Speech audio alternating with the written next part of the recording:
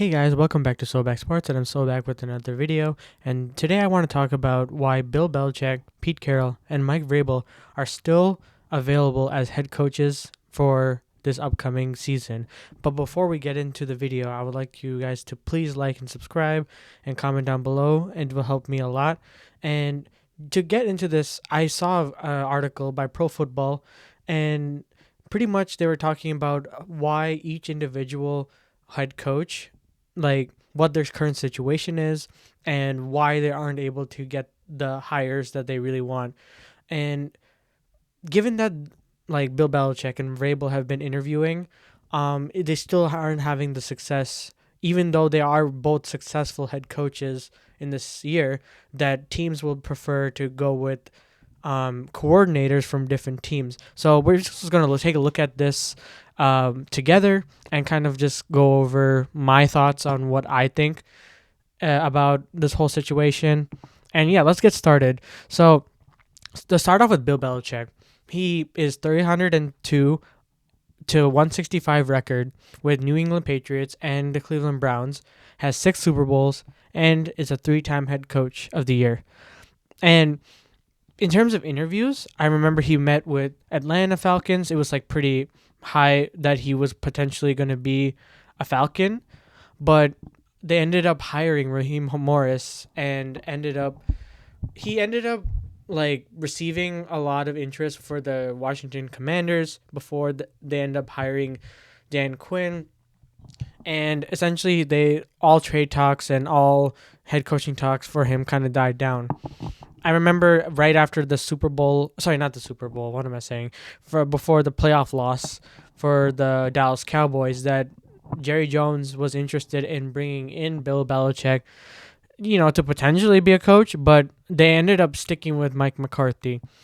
So what does this really say about Bill Belichick? Well, if you think about it, he's 72 years of age, like pretty much has been in the league for God knows how long at this point. And like at this point, his style seems to be kind of dying down. You saw what happened when he was on the Patriots. I'm not saying he's not a good coach. No, he's still a great coach. It's just that when it comes to like him not having Tom Brady, or that like clutch factor when it comes to having a good QB and a good offense, like the team kind of dwindles down at that point. And his hiring and like drafting ability has been very suspect. Like given that he was both the GM and the head coach for the New England Patriots, it posed a lot of issues for front office. Like Robert Kraft ended up having this clause where Gerard Mayo would be the new head coach if Bill Belichick were not the head coach anymore.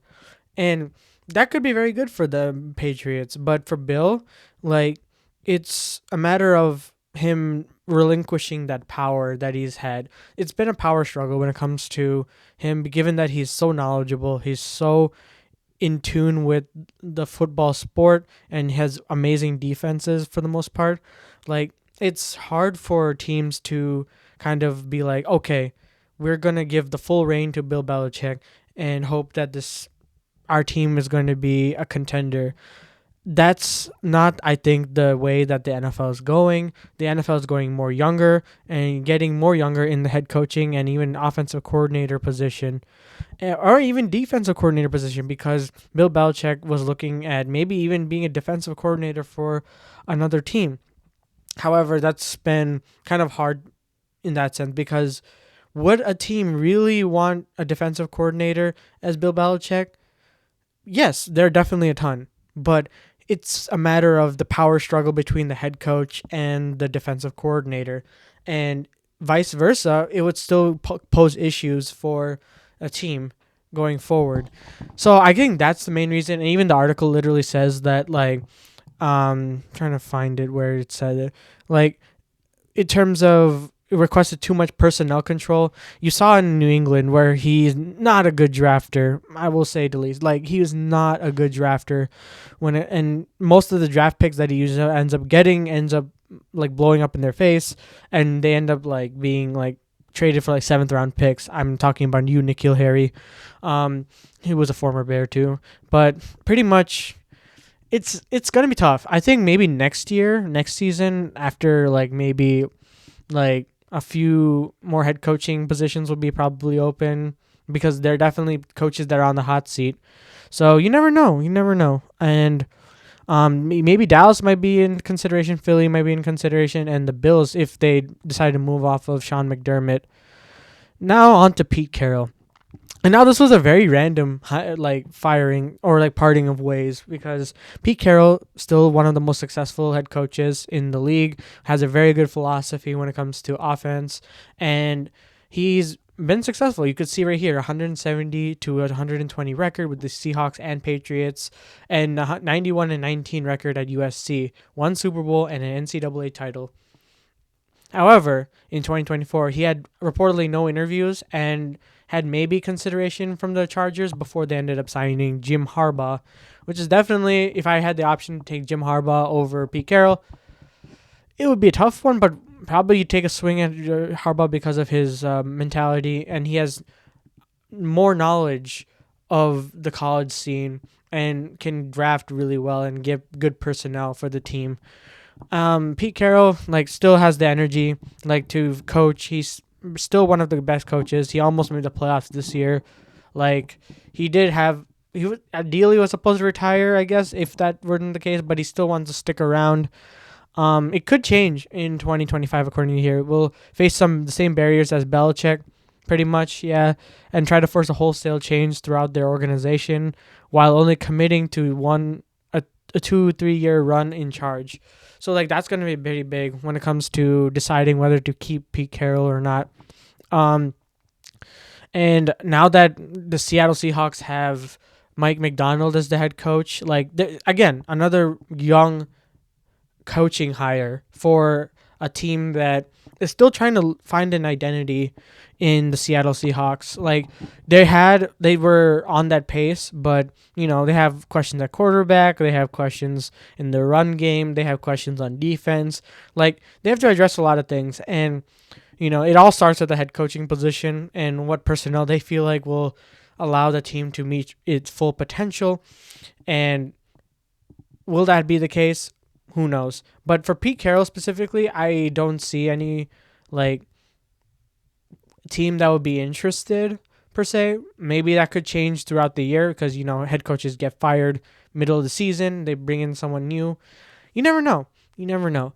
But still, he's not a bad option for a lot of teams. But it's just hard because now that all the coaching positions are filled, who knows what will happen. And then finally, Mike Vrabel, one of the more surprising firings this season, and I think it was mainly because they wanted a new change of scenery, wanted to move in a different direction. Vrabel didn't do necessarily anything wrong. I mean, the Titans did have an off season.